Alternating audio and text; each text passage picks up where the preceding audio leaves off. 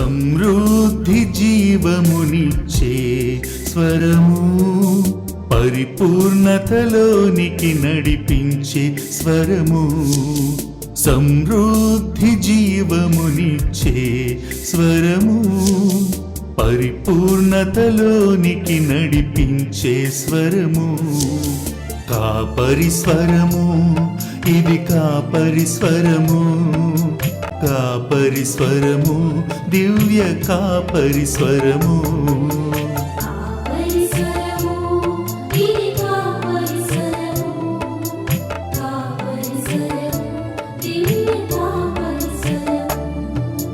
ఆ నిత్య రాజ్యమునకు చేర్చును, తన మహిమలోనికి నిన్ను మార్చును. ఆ నిత్య రాజ్యమునకు చేర్చును, తన మహిమలోనికి నిన్ను మార్చును. కాపరి స్వరము, ప్రభు యేసుని స్వరము, కాపరి స్వరము, దివ్య కాపరి స్వరము.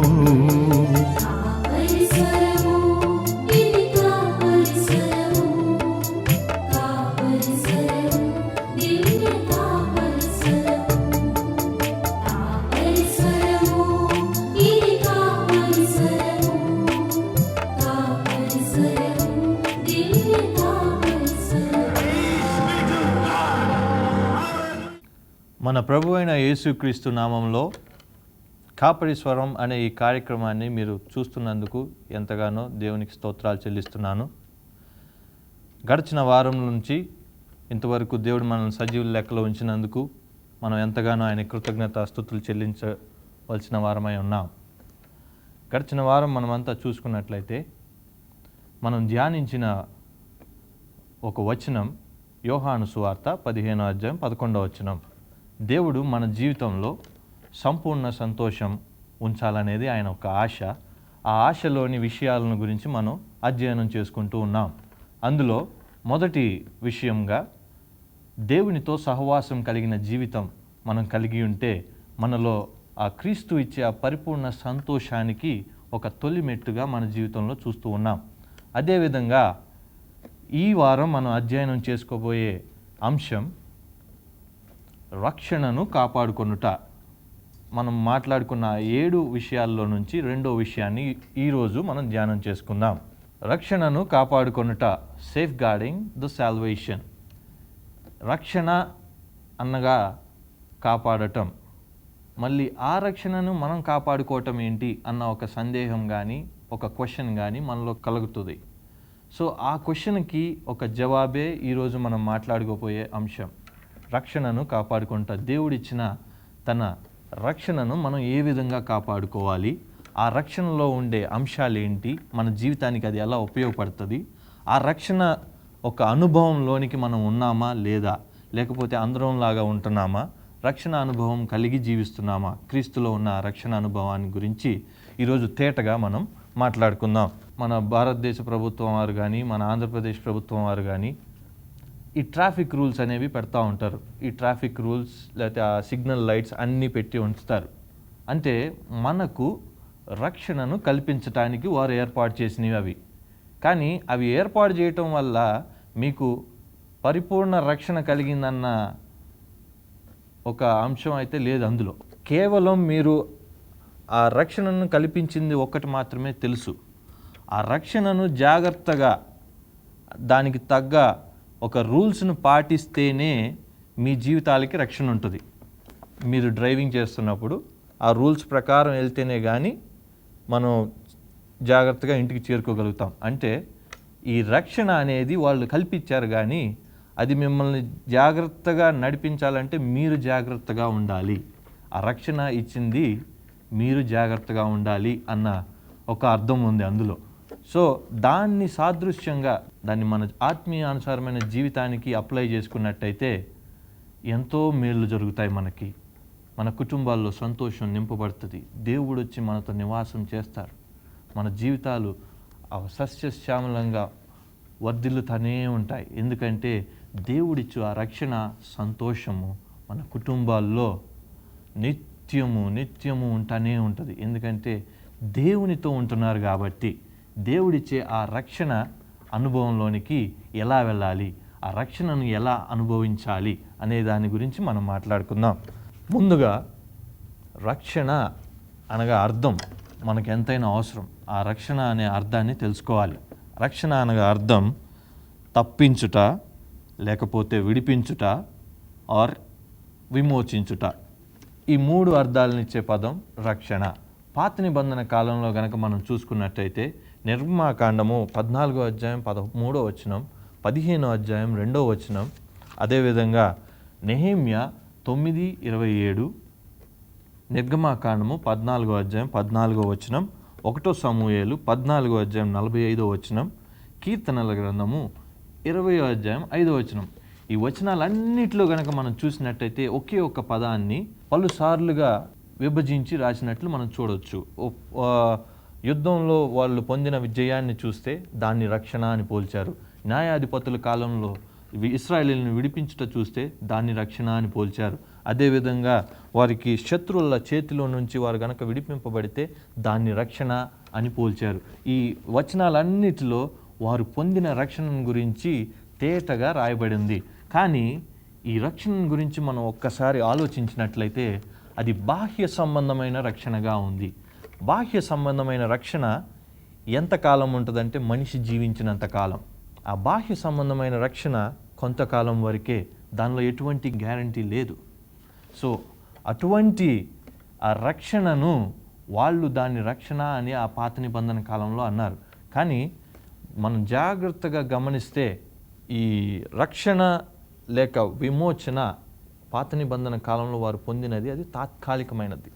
It's very temporary. ఆ బాహ్య సంబంధమైన ఈ రక్షణను గురించి వారికి అవగాహన లేకపోతే ఆ బాహ్య సంబంధమైన వారు పొందిన విజయాన్నే దేవుడు మనల్ని రక్షించాడు అన్న ఒక భావనలో వాళ్ళు ఉండేవారు. కానీ మనం జాగ్రత్తగా గమనించి పాత నిబంధనను తిరిగేస్తూ ఉంటే ప్రవక్తలు ఎంతో చక్కగా రాశారు. ఒకానొక మనుష్యుడు వస్తాడు, ఆయన తన ప్రజలను ఆ పాపాల నుంచి రక్షిస్తాడు, వారి అంతరంగాన్ని వారి జీవితాలని కడతాడు, ఆయన స్వరక్తాన్ని కారుస్తాడు, ఆ రక్తం చేత వారికి రక్షణ వస్తుంది, ఆ రక్షణే వారికి మోక్షాన్ని కలుగజేస్తుంది, ఆ రక్షణే ఈ లోకంలో ఒక జయపదంలో నడిపిస్తుంది, ఆ రక్షణే ఆయనతో చేరుస్తుంది అన్న ఒక తలంపుతో ఆ ప్రవక్తల ద్వారా దేవుడు ఎన్నోసార్లు మాట్లాడున్నాడు. మనం గనక గమనించినట్లయితే ఇర్మియా ప్రవక్త రాసిన గ్రంథము ఇర్మియా 31వ అధ్యాయం 31 నుంచి 34 వచనాలు, యెహెజ్కేలు 36వ అధ్యాయం 26 నుంచి 28 వచనాలు, హోషేయ 14వ అధ్యాయం. ఈ 3 మనం జాగ్రత్తగా చదివినట్లయితే ప్రతి ఒక్క చోట ప్రతి ఒక్క సందర్భంలో దేవుని గురించి తేటగా ప్రవక్తల ద్వారా మాట్లాడినట్టు మనం చూస్తూ ఉన్నాం. ప్రవక్తలు అనగా దేవుని స్వరము వినేవారు. ప్రవక్తలు అనగా దేవునితో సంభాషించువారు. ప్రవక్తలు అనగా దేవుని వారిని చాలా దగ్గరగా తెలుసుకున్నవారు.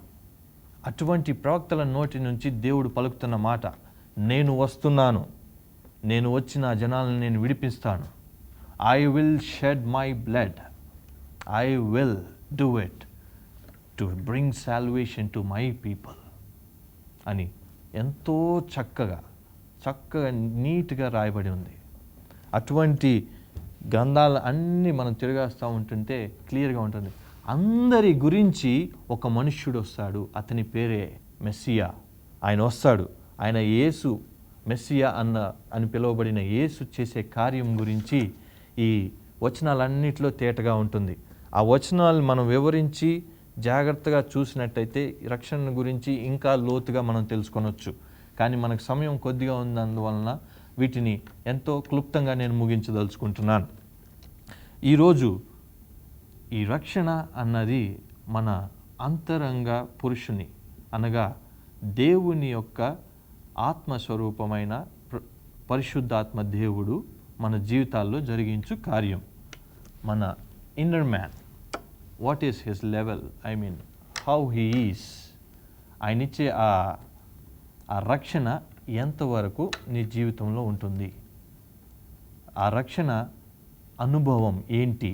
ఆ రక్షణ అనుభవం అనగా క్రీస్తును ప్రతి దినము ప్రతి క్షణము నువ్వు అనుభవించడమే. అది అటువంటి అనుభవంలోని నువ్వు ఉన్నావా లేదా అన్నది ఈరోజు నీ ప్రశ్న. ఈరోజు అది ఎన్నోసార్లు నువ్వు చర్చిలకు వెళ్తూ ఉండొచ్చు, లేకపోతే ప్రసంగాలు వింటూ ఉండొచ్చు, కానీ దేవా నాకు ఆ రక్షణ ఆనందం అనేది తెలియటం లేదు అన్న క్వశ్చన్లో మీరు ఉండొచ్చు. కానీ ఆ రక్షణ ఆనందం గురించి మనం తేటగా తెలుసుకుందాం. అసలు ఆ రక్షణ ఎక్కడి నుంచి వచ్చిందంటే అందరికీ తెలుసు, ప్రపంచం అంతటికీ తెలుసు, ప్రభు అయిన యేసుక్రీస్తు ద్వారానే ఆ రక్షణ వచ్చిందని. కానీ ఆయన వచ్చిన ఒక ముఖ్య కారణం గురించి మనం క్లుప్తంగా తెలుసుకుందాం. అసలు క్రీస్తు రావడానికి గల ముఖ్య కారణం మనం మత్తయి సువార్త 1వ అధ్యాయం 21వ వచనం చదివినట్లయితే, ప్రజలను పాపం నుండి రక్షించును గనుక అతనికి యేసు అను నామముతో పిలువబడెను. యేసు అను నామమునకు అర్థం ఏంటనగా రక్షకుడు. లూకా సువార్త 19వ అధ్యాయం 10వ వచనం చూసినట్టయితే, నశించిన దానిని వెదకి రక్షించుటకు ఆయన వచ్చెను. అదేవిధంగా రోమా 5వ అధ్యాయం 9వ వచనం 10వ వచనం చూసినట్లయితే, మానవులను రక్షించుటకు మరణ పునరుద్ధానములే ముఖ్య సాధనములుగా ఉన్నాయి. అంటే ఈ మనుష్యుడు వస్తాడు కదా, ఈ యేసు ప్రభు, ఆయన యొక్క మరణము, ఆయన యొక్క పునరుద్ధానమే ఒక మనిషిని రక్షించాలంటే ముఖ్య సాధనంగా పేర్కొనబడింది. బైబిల్లో ముఖ్య సాధనంగా పేర్కొనబడింది. లూకా సువార్త 2వ అధ్యాయం 11వ వచనం చదివినట్లయితే, ఈ కార్యము జరుగుట వలననే ఆయన రక్షకుడు అనబడెను. ఏ కార్యం అంటే ఆయన యొక్క మరణములో నుంచి పుట్టిన పునరుద్ధానం. ఆయన మరణము అనుభవించుట వలన పుట్టిన పునరుద్ధానము నా జీవితంలో పుట్టాలనేదే, మన జీవితంలో జరగాలి. అదే రక్షణ. మన మరణ పాపంలో నుంచి బయటికి లాగేదే దేవుడిచ్చు రక్షణ. ఆ రక్షణ ఆనందము. ఈరోజు మనం చర్చెస్కి వెళ్తూ ఉంటాం, వెళ్ళగానే అంటూ ఉంటారు, బ్రదర్ మీరు రక్షణ తీసుకున్నారా అంటారు. రక్షణ తీసుకోవటం ఏంటండి అన్నాను నేను. అంటే మీరు ఆ బ్రెడ్ అను ఆ వైన్ తీసుకున్నారా అన్నారు. అంటే వాళ్ళకి అంత కామన్ అయిపోయింది బ్రెడ్ అండ్ వైన్ అనేది. కానీ ఆ రక్షణ, ఆయన ఎంత ఆ కొరడా దెబ్బలు, ఆయన కార్చిన రక్తము, ఆయన మోసిన సిలువ, వాటన్నిటిని జ్ఞాపకం చేసుకుంటే అది నా భుజాల మీద ఉండాల్సినది ఆయన మోసాడు, ఆయన చేశాడు అన్న అది లేకుండా ఎవరికి పడితే వాళ్ళకి ఆ రకమైన అజ్ఞానము లేక, రక్షణ అనుభవం అనే జ్ఞానము లేక చిన్న పిల్లలకి ఇచ్చి వారికి తెలియదు ఎందుకు తాగుతున్నారో లేకపోతే ఎందుకు తింటున్నారో. అందరు తింటున్నారు, నేను తింటున్నాను. వాళ్ళని అడిగితే వాళ్ళు చెప్పే సమాధానం అది, అందరు చేస్తున్నారు, నేను చేస్తున్నాను. But they don't know what is the actual meaning of it. ఆత్మీయానుసారమైన అర్థం, మన శరీరాలకు ఎంతో బలాన్నిచ్చే ఆ రక్షణ అన్న మాట, ఆ రక్షణను కాపాడుకోవటం తెలియక రోజు బ్రెడ్ అండ్ వైన్ తీసుకుంటారు, బట్ సేమ్ అదే ఓల్డ్ నేచర్లోకి వెళ్ళిపోతున్నారు. ఎందుకంటే వారు తీసుకుంటున్న ఆ బ్రెడ్, ఆ వైన్ యొక్క వాల్యూ ఏంటనేది తెలియట్లా. ఎవరు వాళ్ళని రక్షించారనేది తెలియదు, ఆయన ఎలా రక్షించాడనేది తెలియదు, ఆయనకి ఏ విధంగా నలగగొట్టబడ్డాడన్నది తెలియదు, ఆయన వీపు ఏ విధంగా దున్నబడింది అనేది వాళ్ళకి తెలియదు.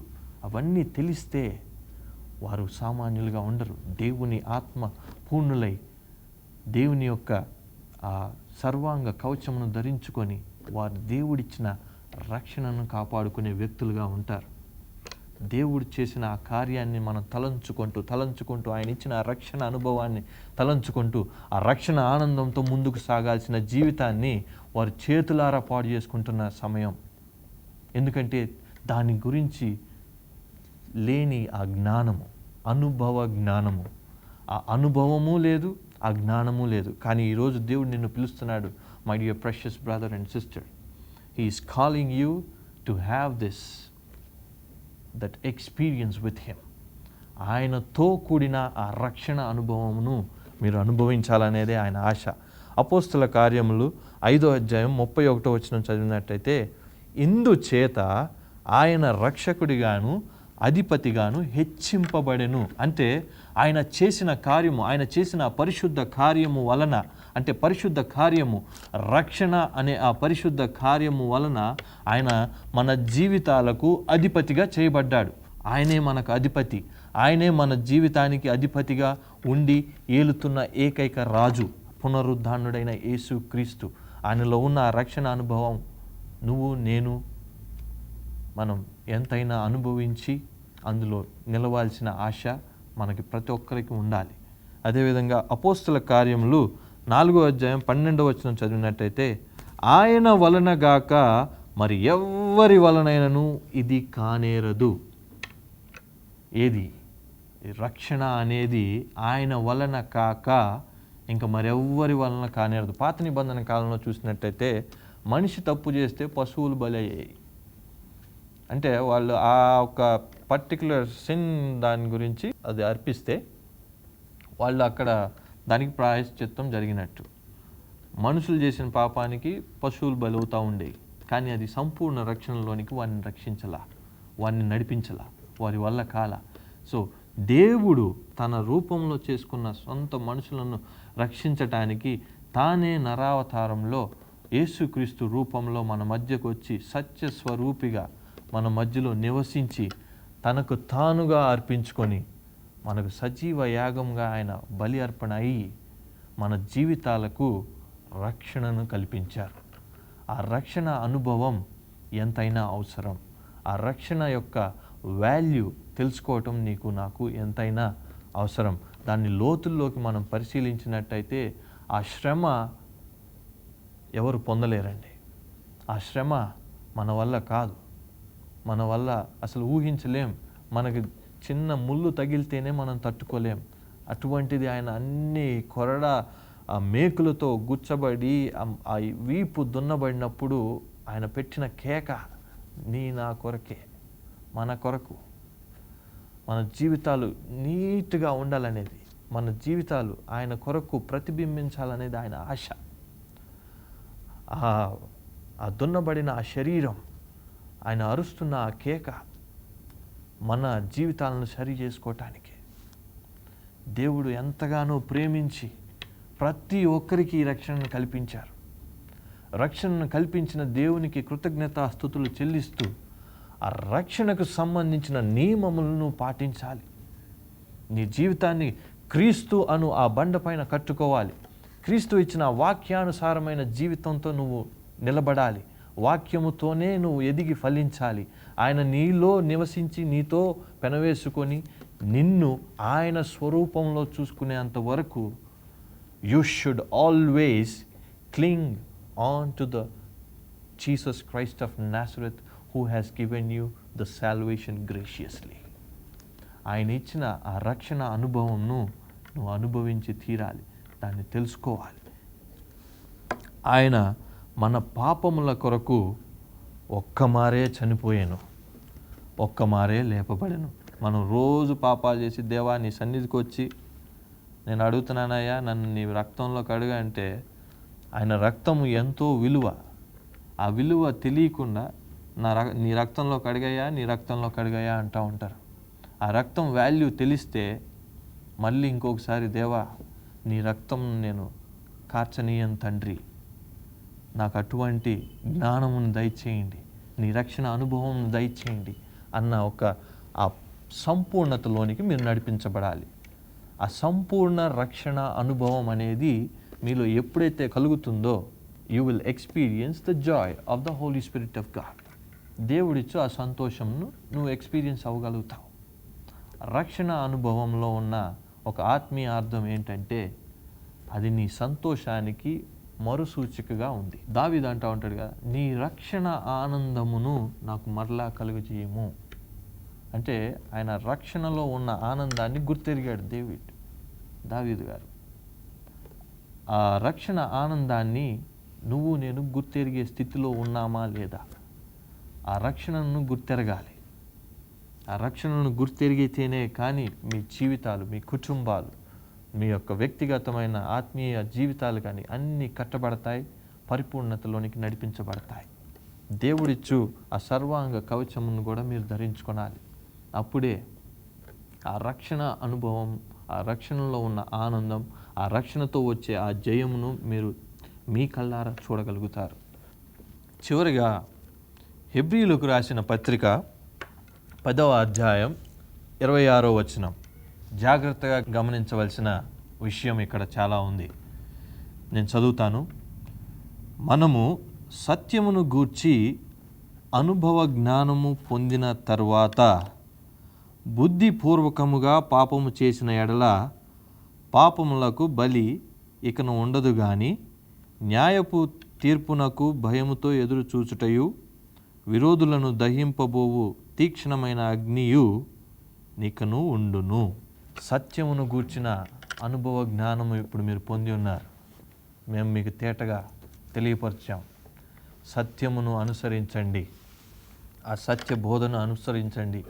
ఆ రక్షణ అనుభవంలోనికి, ఆ జ్ఞానములోనికి మీరు నడిపించబడాలి. దయచేసి జాగ్రత్త వహించండి. మీరు పొందిన రక్షణ గురించి జాగ్రత్తగా దేవుని వాక్యం ద్వారా మీరు హెచ్చరించబడ్డారని నేను నమ్ముతూ ఉన్నాను. ఈ వాక్యము మిమ్మల్ని కడుతుంది, మీ జీవితాల్లోకి సంతోషం తీసుకొస్తుంది. ఎప్పుడైతే రక్షణను మీరు జాగ్రత్తగా అనుభవిస్తారో, ఆ జ్ఞానంతో నడుచుకుంటారో, తప్పకుండా దేవుడు మీ జీవితాల్లో ఎన్నో మేళ్లు చేసి, మీరు ఇదివరకు నుంచి మీరు వేచి ఉన్న మేళ్ళన్నీ మీ కుటుంబాల్లో జరుగుతాయి. ఎందుకంటే మీరు క్రీస్తు వలె నడుస్తున్నారు. క్రీస్తు ఇచ్చిన రక్షణ ఆనందంలోనికి మీరు నడిపించబడ్డారు. క్రీస్తు ఇచ్చిన ఆ రక్షణ సంతోషమును మీరు అనుభవిస్తున్నారు. కాబట్టి అప్పుడు అంటాడు కదా ఆయన, నా దగ్గర ఏదైతే ఉందో సమస్తము అదంతా నేను నీకు ఇస్తాను. వెన్ వి రీడ్ ఆ ఫిలిప్పీలు 4వ అధ్యాయం 19వ వచనం చదివినట్లయితే, my God shall supply all my needs according to his riches in glory. మీ కుటుంబంలో ఉన్న ప్రతి విధమైన అవసరతలు మీరు దేవునితో ఆ రక్షణను అనుభవిస్తూ, ఆయన ఇచ్చిన రక్షణను అనుభవిస్తూ, ఆ అనుభవ జ్ఞానము కలిగిన రక్షణను అనుభవిస్తూ ఉంటే నీ కుటుంబంలో ఏ కొదువ ఉండదు, నీ జీవితంలో ఏ కొదువ ఉండదు. నీ ఆత్మీయానుసారమైన జీవితం ఇంకా ఫలింపులోనికి నడిపించబడుతుంది. దయచేసి ఈ వాక్యం నీ కొరకే. ఈరోజు మనందరం కలిసి దేవుని పాదాల యొద్ద, దేవా, ఇంతవరకు నేను చేసిందంతా తప్పే, నన్ను క్షమించండి. ఇక నుంచి నీ బిడ్డగా నేను జీవించాలని అనుకుంటున్నాను. నీ రక్షణ అనుభవం నాకు దయచేయండి అని ఇప్పుడే మనం ప్రార్థన చేయబోతున్నాం. దేవుడు గనుక మీతో మాట్లాడినట్లయితే దయచేసి నాతో పాటు ప్రార్థనలో మీరు ఏకీభవించండి. ప్రార్థన చేసుకుందాం. ప్రేమమయుడా, జీవం కలిగిన తండ్రి, పరిశుద్ధాత్మదేవ, మీకు వందనాలు, స్తోత్రాలు చెల్లించుకుంటున్నాం స్వామి. నాయనా, మీరు మా జీవితంలో పరిపూర్ణ సంతోషం ఇవ్వాలన్నది మీ ఆశ. ఆ సంతోషమునకు తగిన స్టెప్స్ తీసుకోవాలన్నది ప్రభువా. వాటిని పాటిస్తేనే కానీ మా జీవితంలో ఆ పరిపూర్ణ సంతోషంను మేము అనుభవించలేమన్న వాస్తవాలను మాతో మీరు మాట్లాడుతున్నందుకు మీకు స్తోత్రాలు చెల్లించుకుంటున్నాం. మొదటిగా దేవునితో సహవాసం కలిగిన జీవితమును కలిగి ఉండాలని మీరు మాకు నేర్పించినందుకు మీకు వందనాలు నాయనా. రెండవదిగా ప్రభువా, మీరు ఇచ్చిన ఆ రక్షణను అనుభవ జ్ఞానపూర్వకంగా ప్రభువా కాపాడుకోవాలన్నది మీ యొక్క ఆశ తండ్రి. అటువంటి జ్ఞానంలోనికి మమ్మల్ని అందరినీ మీరు ఈరోజు నడిపించినందుకు మీకు స్తోత్రాలు చెల్లించుకుంటున్నాం నాయన. ప్రతి ఒక్కరిని నాయన, ఎంతమంది అయితే ఈరోజు ఆ తీర్మానంలోకి వచ్చారో, వారి హృదయాలతో మీరు మాట్లాడి ఉంటారో తండ్రి, ప్రతి ఒక్కరిని పేరు పేరున మీరు దీవించమని వేడుకుంటున్నాం. వారి కుటుంబాల్లో నీ సంపూర్ణ సంతోషమును దయచేయమని వేడుకుంటున్నాం. వారి కుటుంబాల్లో ప్రభువా ఆ అలజడులను మీరు తీసివేయమని వేడుకుంటున్నాం తండ్రి. నాయన, వారి కుటుంబంలో ఉన్న ఆర్థిక ఇబ్బందుల నుంచి తప్పించి ప్రభువా నీ నామమునికి ప్రభువా వారు మహిమ తెచ్చే బిడ్డలుగా వారిని తయారు చేయమని వేడుకుంటున్నాం. మీరే సహాయం చేయండి. ప్రతి విధమైన శోధనల నుంచి తప్పించండి. మీరిచ్చే ఆ రక్షణను ప్రభువా వారు సంపూర్ణంగా అనుభవించుటకు కృపను దయచేయమని వేడుకుంటున్నాం. మీ నామమునికి మహిమ తెచ్చుకోమని వేడుకుంటున్నాం తండ్రి. నాయన, మీరు కల్వరిలో కార్చిన ఆ రక్తము యొక్క విలువ నాయన, ఎవరు విలువ కట్టలేని ఆ విలువను ప్రభువా మేము గుర్తెరుగుటకు మీ కృపను అనుగ్రహించి తండ్రి, మీ నామములో నాయన మేము ముందుకు సాగుటకు మీ కృపను అనుగ్రహించి అనుగ్రహించండి. మీరు ఇచ్చిన ఆ రక్షణను నాయన నిర్లక్ష్యము చేయకుండా ప్రభువా ఇశ్రాయేలీయుల వలె కాక తండ్రి నువ్వు శుద్ధపరిచిన జనాంగముగా మేము ఉండి తండ్రి నాయన మీరిచ్చే ఆ రక్షణ అనుభవం అనుభవించటకు మీ కృపను అనుగ్రహించమని మీ నామమునికి మహిమ తెచ్చుకోమని తండ్రి ఎంతమంది అయితే అనారోగ్యంతో బాధపడుతున్నారు ప్రభువా నాయన వారిని ప్రభువా మీరు ముట్టి స్వస్థపరిచి నాయన మీ నామమునికే మహిమ ఘనత ప్రభావం తెచ్చుకోమని నజరేయుడైన యేసుక్రీస్తు నామములో అడిగి వేడుకొని ప్రార్థన చేస్తున్నాం తండ్రి. ఆమేన్ ఆమేన్. ప్రియమైన సహోదరి సహోదరుడా, మిమ్మల్ని ఈ రీతిగా కలుస్తున్నందుకు దేవుడిచ్చిన ఆ మహాకృపను బట్టి ఎంతగానో కృతజ్ఞుడినై ఉన్నాను. మీ కొరకు మీ కుటుంబం సంతోషంగా ఉండాలని, మీ కుటుంబాలు దేవునితో ఆ సత్సంబంధమైన ఆ సహవాసంలోనికి రావాలన్నది నా ఆశ. నేను మీకోసం ప్రార్థన చేస్తాను. తప్పకుండా దేవుడు మన ప్రార్థనలు ఆలకించి యోహాను సువార్త 14వ అధ్యాయం 14వ వచనం ప్రకారం నా నామమున మీరు నన్నేమి అడిగినను నేను చేతును అని దేవుడు తనంతటికి తానే సెలవిచ్చి ఉన్నారు. మన విన్నపములన్నిటికీ ఆయన జవాబు దయచేయబోతున్నారు. సో తప్పకుండా ఆ ప్రార్థనలో పాల్గొనండి. మీకు ఏదైనా సందేహాలు ఉండి ఇంకా లోతుగా తెలుసుకోవాలని ఆశ కలిగినట్లయితే వెంటనే నాకు రాయండి.